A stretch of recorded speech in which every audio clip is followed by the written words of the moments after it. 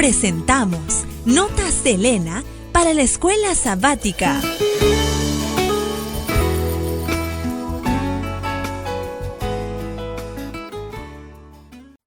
Sábado de tarde, 15 de febrero. Libre albedrío, amor y providencia divina. El trato de Dios con su pueblo debe mencionarse con frecuencia. Cuán a menudo levantó el Señor en su trato con el antiguo Israel los hitos del camino. A fin de que no olvidasen la historia pasada, ordenó a Moisés que inmortalizase esos acontecimientos en cantos, a fin de que los padres pudiesen enseñárselos a sus hijos. Habían de levantar monumentos recordativos bien a la vista. Debían esmerarse para conservarlos, a fin de que cuando los niños preguntasen acerca de esas cosas, les pudiesen repetir toda la historia. Así, eran recordados el trato providencial y la señalada bondad y misericordia de Dios manifestada en su cuidado y en la liberación de su pueblo. Se nos exhorta a traer a la memoria los días pasados en los cuales, después de haber sido iluminados, sostuvisteis gran combate de padecimientos. Hebreos 10:32. El Señor ha obrado como un Dios realizador de prodigios en favor de su pueblo en esta generación. Es necesario recordar con frecuencia a los hermanos jóvenes y ancianos la historia pasada de la causa de Dios. Necesitamos relatar a menudo la bondad de Dios y alabarle por sus obras admirables. Testimonios para la Iglesia, tomo 6, página 365. El Señor nos revela su voluntad de tres maneras, para conducirnos y capacitarnos para conducir a otros. ¿Cómo es posible distinguir su voz de la de un extraño? ¿Cómo es posible distinguirla de la voz de un falso pastor? Dios nos revela su voluntad en su palabra, las Sagradas Escrituras. Su voz se revela también en sus actos providenciales, y la reconoceremos si no separamos nuestras almas de Él, siguiendo nuestros propios caminos, actuando conforme a nuestra propia voluntad, y siguiendo los dictados de un corazón no santificado, hasta el punto en que nuestros sentidos se han confundido de tal manera que las cosas eternas no se disciernen, y la voz de Satanás está tan disimulada que se acepta como la voz de Dios. Otra de las maneras en que se escucha la voz de Dios es mediante las apelaciones de su Santo Espíritu que impresionan el corazón y que luego se manifiestan en el carácter. Testimonios para la Iglesia, tomo 5, página 483. Hay dificultades cotidianas sembradas en el camino de los jóvenes y de sus mayores. Los que quieran vivir con paciencia, amor y gozo deben orar. Será únicamente obteniendo la ayuda de Dios como podremos obtener la victoria sobre nosotros mismos.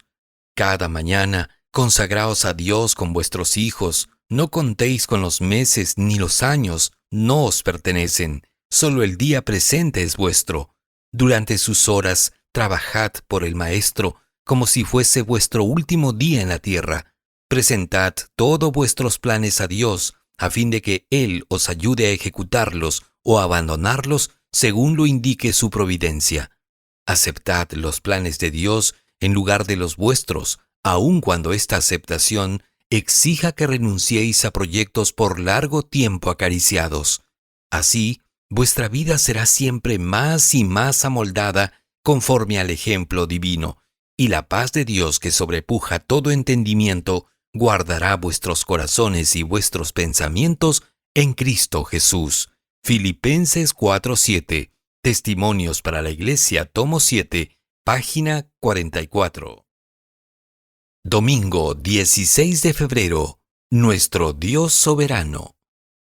A pesar de las órdenes más positivas de Dios, los hombres y las mujeres seguirán sus propias inclinaciones, y luego se atreverán a orar sobre el asunto para convencer a Dios de que consienta permitirles ir en contra de su expresa voluntad. El Señor no se agrada con tales oraciones. Satanás viene junto a esas personas como lo hizo con Eva en el Edén. El mundo religioso está cubierto con un triste manto de oscuridad moral. La superstición y el fanatismo controlan las mentes de los hombres y las mujeres y enceguecen su juicio, de modo que no disciernan su deber hacia sus semejantes, ni su deber de rendir una obediencia incuestionable a la voluntad de Dios. Pero con Dios no se juega. Él permitirá que esas personas sigan los deseos de su propio corazón. Mi pueblo no oyó mi voz, los dejé, por tanto, a la dureza de su corazón. Caminaron en sus propios consejos. Salmo capítulo 81, versículos 11 y 12. Testimonios para la Iglesia, tomo 3, páginas 72, 783 y 84. Cuando cometa fracasos, cuando sea traicionado a pecar, no sienta que no debe orar ni que es indigno de acudir a la presencia del Señor. Él espera al pródigo con los brazos abiertos para darle la bienvenida. Acuda a Él y háblele acerca de sus faltas y fracasos. Pídale que lo fortalezca para realizar nuevos esfuerzos. Él nunca lo decepcionará ni abusará de su confianza. En quietud y en confianza será vuestra fortaleza, dice Isaías 30:15. Cristo conoce la fuerza de las tentaciones que tienen que soportar y la fortaleza de su poder para resistir. Su mano está siempre extendida con ternura compasiva hacia cada hijo que sufre. Al que se siente tentado y abatido le dice: Hijo, por quien he sufrido y muerto, ¿no puedes confiar en mí? Como tus días, así será tu fortaleza. Deuteronomio 33:25. Exaltad a Jesús, página 293. Cuán gravemente es deshonrado Cristo por aquellos que, diciéndose ser cristianos, deshonran el nombre que llevan al no conformar su vida a su profesión de fe y al omitir en su trato mutuo el amor y respeto que Dios desea ver revelados por medio de palabras amables y actos corteses. Las potencias infernales están conmovidas por una profunda intensidad. El resultado es guerra y derramamiento de sangre. La atmósfera moral está envenenada por actos de una crueldad espantosa. El espíritu de lucha se extiende, abunda en todas partes. Aquel que ve debajo de la superficie, que lee los corazones de todos los hombres, habla así de quienes han tenido grandes luces, y porque escogieron sus propios caminos, y su alma amó sus abominaciones. También yo escogeré para ellos escarnios, y traeré sobre ellos lo que temieron, porque llamé y nadie respondió, hablé y no oyeron, sino que hicieron lo malo delante de mis ojos, y escogieron lo que me desagrada. Por esto Dios les envía un poder engañoso para que crean la mentira, por cuanto no recibieron el amor de la verdad para ser salvos, sino que se complacieron en la injusticia. Isaías capítulo 66, versículos 3 y 4. Segunda de Tesalonicenses capítulo 2, versículos 11, 10 y 12. Testimonios para la Iglesia, tomo 8, páginas 259 y 260.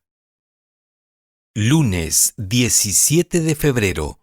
Todopoderoso, Pantocrator. Con Cristo, Dios entregó todo el cielo para que la imagen moral de Dios fuera restaurada en el hombre. Su don no podría ser mayor, pues abarca el infinito. Su gracia en toda su inmensidad es provista para todos. No hay excusa para que nadie se aferre al egoísmo. El corazón de cada uno que a Cristo será transformada en la esperanza de gloria. El Salvador dice a todos aquellos por quienes murió: debéis recibir el Espíritu Santo, el Espíritu de adopción. Debéis llegar a estar tan vinculados con Dios que impartáis la gracia que habéis recibido. Así os convertís en un canal vivo por el que Dios puede comunicar su luz al mundo.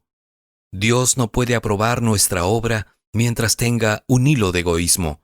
Aparentemente fue una pequeña transgresión la que cerró las puertas del paraíso a Adán y Eva, pero desde entonces el pecado ha ido aumentando en volumen y prevalencia, y sigue aumentando. Pero a pesar de ello, la benevolencia divina no se ha cortado. El amor y el cuidado de Dios aún fluyen hacia la tierra. The General Conference Bulletin, Octubre 1, 1890. Christ our example. El Señor no salva a los pecadores por medio de la abrogación de su ley, fundamento de su gobierno en el cielo y en la tierra. Dios es juez y guardián de la justicia. La transgresión de su ley en una sola instancia, en el más pequeño detalle, es pecado. El Altísimo no puede dejar a un lado su ley ni descartar el más pequeño de los mandamientos para perdonar el pecado. La justicia, la excelencia moral y la ley deben ser sostenidas y vindicadas delante del universo celestial, y esa santa ley no podía ser avalada por un precio menor que la muerte del Hijo de Dios. Mente, carácter y personalidad, tomo 2, página 586.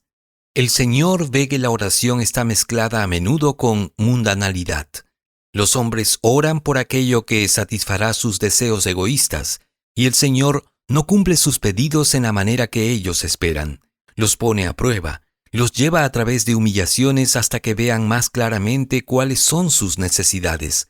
Cuando acudimos a Dios debemos estar dispuestos a someternos y a ser contritos de corazón, subordinándolo todo a su santa voluntad. En el Getsemaní, Cristo oró a su Padre diciendo: Padre mío, si es posible, pase de mí esta copa. Mateo 26:39. La copa que pidió que fuese pasada de él, que parecía tan amarga a su alma, era la copa de la separación de Dios a consecuencia del pecado del mundo. Pero no sea como yo quiero, sino como tú. Mateo 26:39. El espíritu de sumisión que Cristo manifestó al ofrecer su oración delante de Dios es el espíritu que es aceptable para con Dios, que el alma sienta su necesidad, su impotencia, su insignificancia, sean dedicadas todas sus energías en un ferviente deseo de conseguir ayuda, y la ayuda vendrá. En los lugares celestiales, página 91.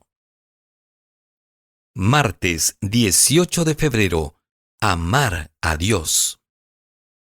El Señor no obligará a los hombres a obrar con justicia, a amar la misericordia y andar humildemente delante de Dios.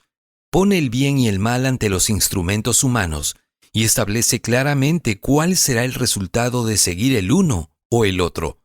Cristo nos invita diciendo: sígueme, pero nunca se nos fuerza a seguir en pos de sus pisadas. Si no andamos en sus pisadas, es porque esto constituye el resultado de una elección deliberada. A medida que contemplamos la vida y el carácter de Cristo, surgen en nosotros fuertes deseos de ser como Él en nuestro carácter, y proseguimos en conocer al Señor y en saber que como el alba está dispuesta a su salida, entonces comenzamos a comprender que la senda de los justos es como la luz de la aurora, que va en aumento hasta que el día es perfecto. Proverbios 4:18. Consejos sobre la mayordomía, páginas 143 y 144. Dios proporciona suficiente luz y evidencias para capacitar al hombre a fin de distinguir entre la verdad y el error, pero no lo fuerza para que reciba la verdad.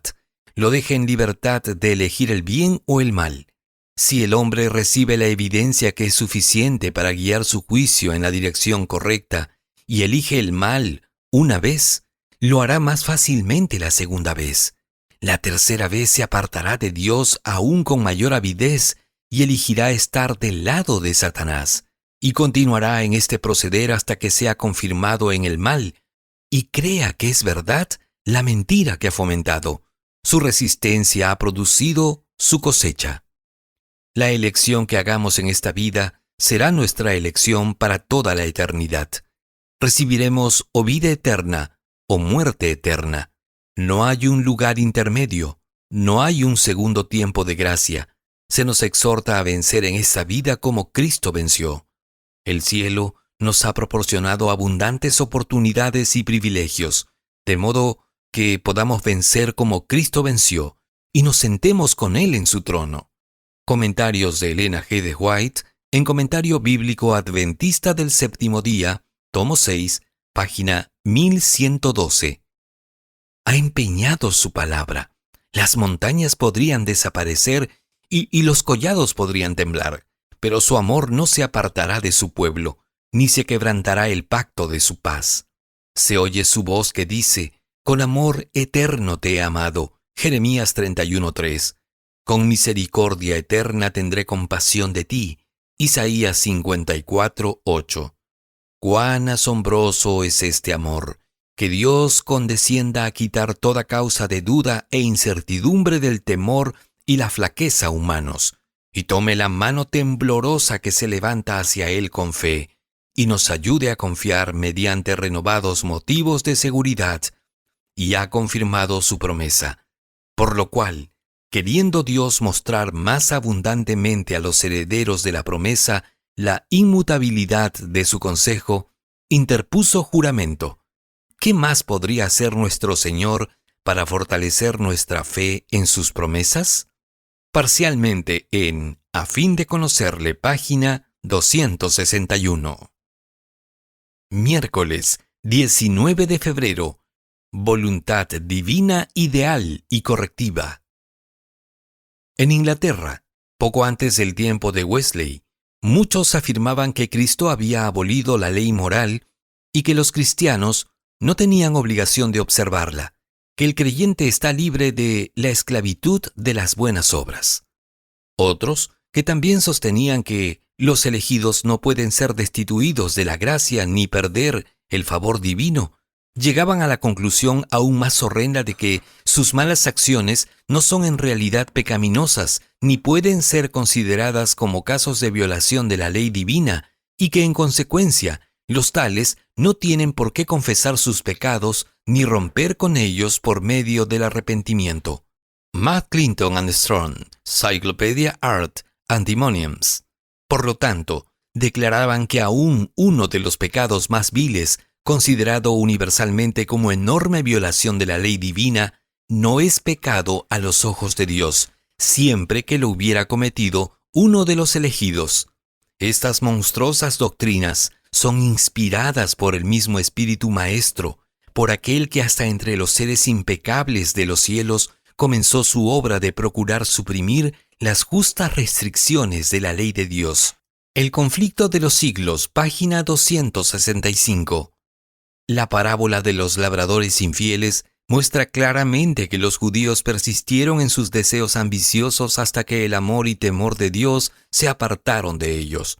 Nadie debe entender de esta escritura que Dios cegó arbitrariamente los ojos y endureció los corazones de los judíos. Fue obra de Cristo ablandar los corazones endurecidos. Pero si los hombres se resistieran a la obra de Cristo, el resultado seguro sería que sus corazones se endurecerían. Cristo citó una profecía que más de 1000 años antes había predicho lo que la presciencia de Dios sabía que sucedería. Las profecías no configuran el carácter de los hombres que las cumplen. Los hombres actúan según su libre albedrío, ya sea de acuerdo con un carácter sometido al influjo de Dios o con un carácter sometido al severo dominio de Satanás. The Review and Herald, 13 de noviembre 1900. En la experiencia que adquirió el apóstol Juan bajo la persecución, hay una lección de maravilloso poder y ánimo para el cristiano. Dios no impide las conspiraciones de los hombres perversos, sino que hace que sus ardides obren para bien a los que en la prueba y el conflicto mantienen su fe y lealtad. A menudo, los obreros evangélicos realizan su trabajo en medio de tormentas y persecución, amarga oposición e injusto oprobio. En momentos tales, recuerden que la experiencia que se adquiere en el horno de la prueba y aflicción vale todo el dolor que costó. Así Dios acerca a sus hijos a sí mismo, para poder mostrarles sus debilidades en contraste con su fortaleza. Les enseña a apoyarse en Él. Así, los prepara para afrontar emergencias, para ocupar puestos de confianza y para cumplir el gran propósito para el cual les concedió sus poderes. Los Hechos de los Apóstoles, página 459. Jueves 20 de febrero. Dios ha vencido al mundo. Cristo sabía que el enemigo se acercaría a todo ser humano para aprovecharse de las debilidades hereditarias y entrampar mediante sus falsas insinuaciones a todos aquellos que no confían en Dios.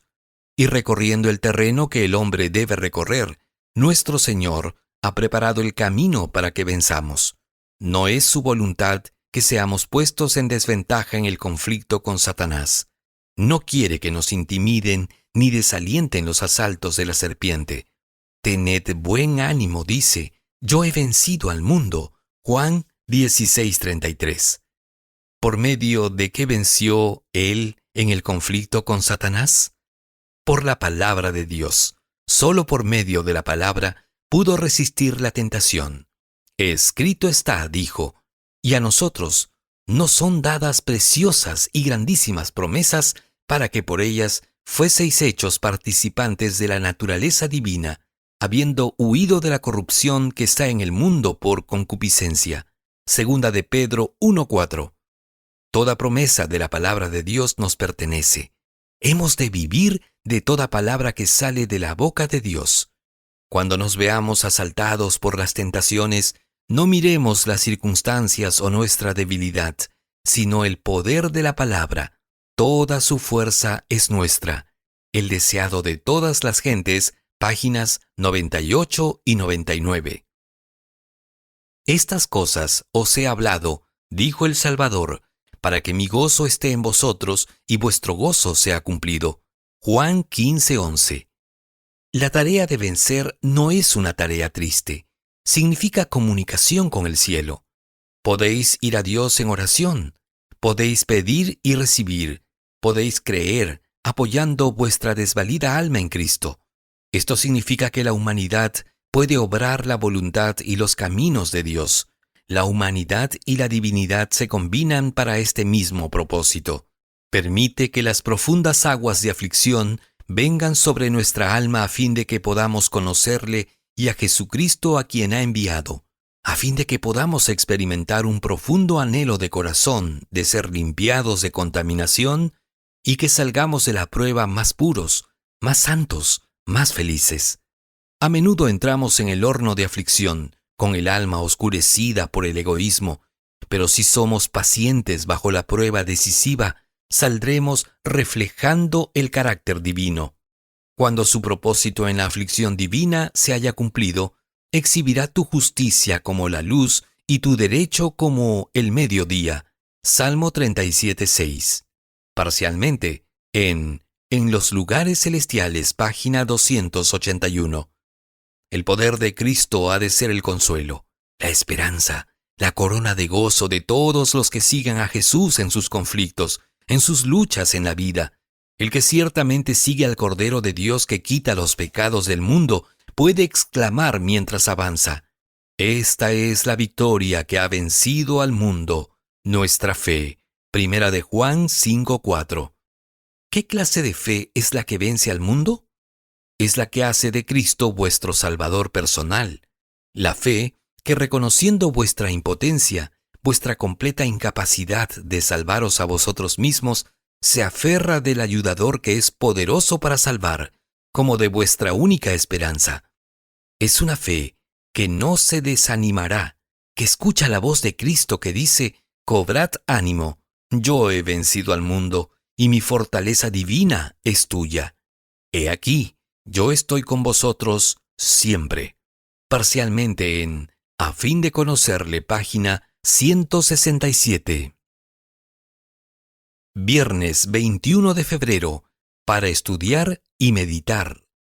Testimonios para la Iglesia, la religión en la vida diaria. Tomo 4, páginas 354 a 364. El camino a Cristo, capítulo 13. La fuente de regocijo y felicidad. Páginas 115 a 126. Nota Selena para la escuela sabática, escrito por la pluma inspirada de Elena G. de White. Escúchanos.